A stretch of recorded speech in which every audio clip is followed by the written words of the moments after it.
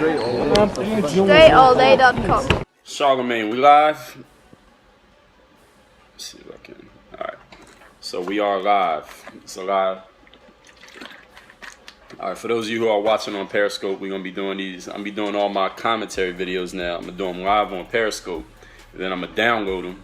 And I'm going to post them on YouTube. Since people are going to watch on YouTube anyway. So we kind of get the double dip. So if y'all like what I'm saying in this video, please leave the hearts. I'm not going to be answering too many questions in this one because this is a straight commentary video, but I might. We'll just see how it goes. So I might answer questions if somebody asks me a good one, but I got to get through the content first. So the purpose of this video is exactly as you read in the title. A title does not make you a leader. And I'm going to tell y'all a story from my basketball background. When I was in college, my junior year of college, we got a new coach. And this coach, his name was Armin Gilliam. He used to play in the NBA. For some reason, he took a liking to this dude in our team. This dude's name was Mark Labrizzi, right? And the coach took a liking to this guy for some reason. I don't know why. Everybody on campus, even everybody on the team, knew Mark was a clown.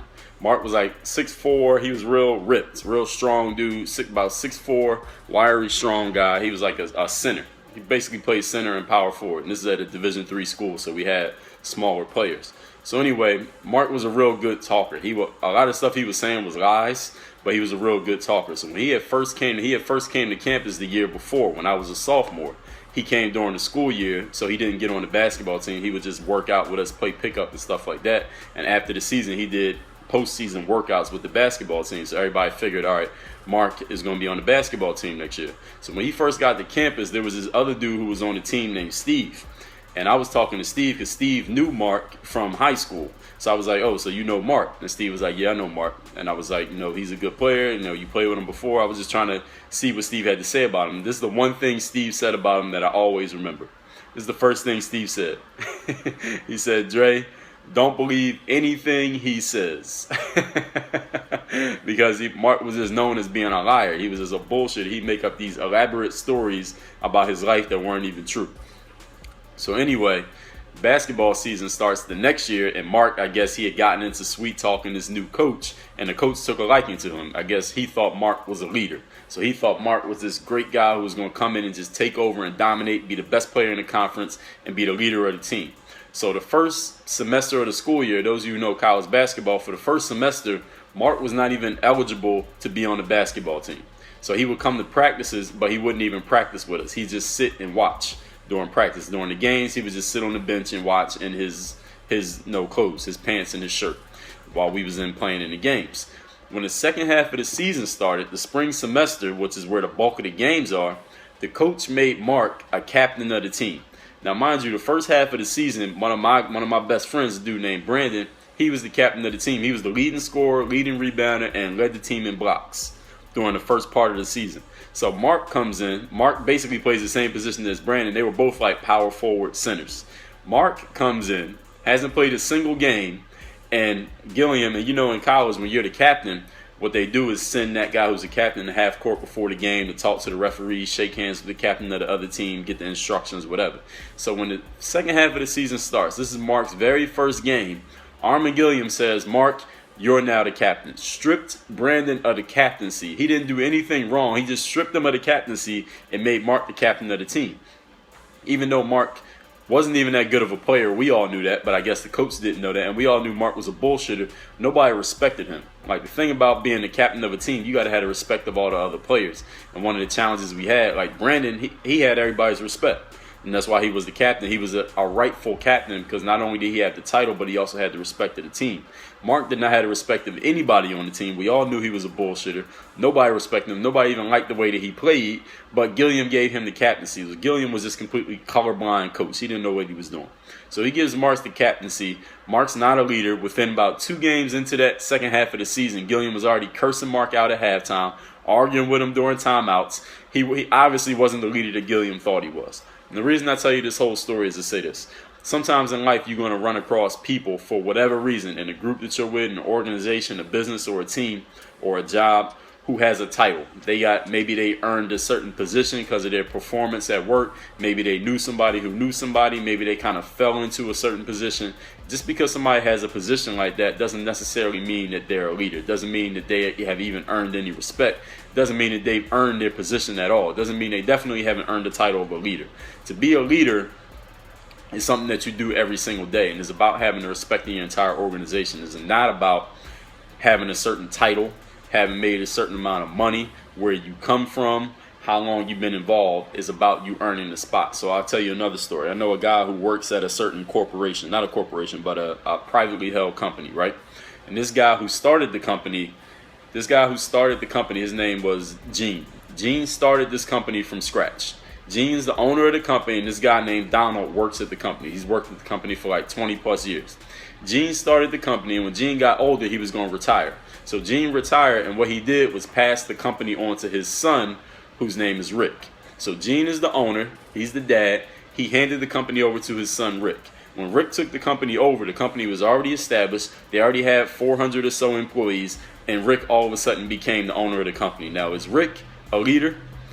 Not necessarily. We don't know. Maybe he is, maybe he isn't. But just because of the fact that he's the owner of the company doesn't make him a leader. Now, Gene, we can say he's a leader because he built that company from zero up to where it is. Then he handed it off to his son, who did none of that groundwork, didn't put any of that blood, sweat, and tears. And now all of a sudden he's the owner above all these people like Donald, who've been working for the company for 30 years. And Donald got to look at him as a leader, or at least respect his position, because Rick could hire and fire him. He didn't earn that position. I don't consider him a leader. I don't consider somebody a leader who's been handed a position. So if you got to where you got to because you had a whole bunch of people doing some of the work for you, I don't necessarily consider you a leader, because you didn't earn your position. You didn't do the work that got you to where you're at. And until you do the work, until you put in the blood, sweat, and tears, that sweat equity, you're not really a leader, because you didn't earn your position. It's kind of like I tell people, sometimes I go to a business event. I was at this business event once, right? And this guy was like, well, look, it was like a 3-day business event. And he was like, on the third day of this event, you can wear whatever you want. You can wear casual clothing, but, all the leaders here, everybody here who's a leader is going to wear business clothes. They're going to wear a suit the same way they wore a suit the other 2 days. So he was like, all the leaders are going to wear a suit on the third day of the conference, even though you could wear casual clothes if you want to. And when he said it multiple times. And I laughed to myself every time he said it, because he's basically saying, oh, so anybody who shows up on his third day with a suit on, they're obviously a leader, which is complete bullshit. I've never heard anything dumber than that. Listen, putting on a suit does not make you a businessman or a leader any more than putting on a pair of Jordans makes you a basketball player.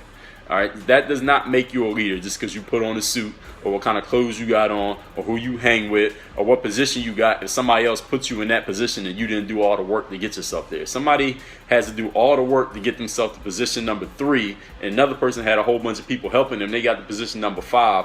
Which one is the real leader? Who really earned their spot? Is the guy at position number 3, even though he's not as high as the guy at the position number 5? And over time, as time goes on, eventually the person in position 3 is going to pass the person in position 5 as they keep moving up. Because you got to earn everything that you get in life. If you get handed a title that you did not earn, number one, everybody in the room is going to know you didn't earn that title. You're not going to get any respect from the people around you. And number two, if you didn't earn it, eventually you're going to lose it. Anything that you did not earn, you did not put in the work to get, is going to be taken away from you. If not now, it's going to get taken away from you later, and it's going to be obvious. And if you don't grow, if you get, let's say you're at this position, you've done this much work, but you actually have this position, you better work as hard as you possibly can to fill this gap as quickly as possible. Because number one, everybody knows you didn't earn this spot. Everybody knows that you're really right here, but you just got handed this title. So you're not going to be able to command respect from anybody, nobody. And when you get exposed that you're really this, when you're all the way up here, it's going to be an ugly situation. But what you can do, one way you can preclude that, if you get handed this spot, it might not be your fault, is to work as hard as you possibly can to earn your way up to this spot while you're at this position, so you can actually grow into this position. Because if you get a position like this and you don't grow into it, is eventually going to fall, it's going to get taken from you, you're going to fall right back to the position you belong at. It's kind of like lottery winners. You ever watch the stories about people who win the lottery and then 10 years later or 5 years later they're completely broke and in debt and in a worse position financially than they were before they even won the lottery? That's exactly what happens, because if somebody has a mindset of making $30,000 a year and then they get handed $3 million and they don't grow into a $3 million person, they're going to fall right back to that $30,000 position. Or they might even lose the work ethic. They got them to $30,000, they're going to drop to $10,000 a year. They're going to get worse than they were before because they never grew into this position. They got comfortable, forgot what it took to get there, don't even know what it takes to get here, and then they'll never grow into their position. So the point of this video is this: having a title does not make you a leader. Whatever position you get, if it's handed to you and you know you didn't earn it, you work as hard as you possibly can to earn that position, because it will get taken from you immediately. And when you get exposed, it's going to be ugly and everybody's going to see it. So make sure that does not happen to you. Work on your game. DreAllDay.com. Thanks for checking out this video. Make sure you follow all my top content up here. Follow me on all your favorite social networks right over here. And make sure you are subscribed to catch all the new content I put on this channel every single day. Work on your game.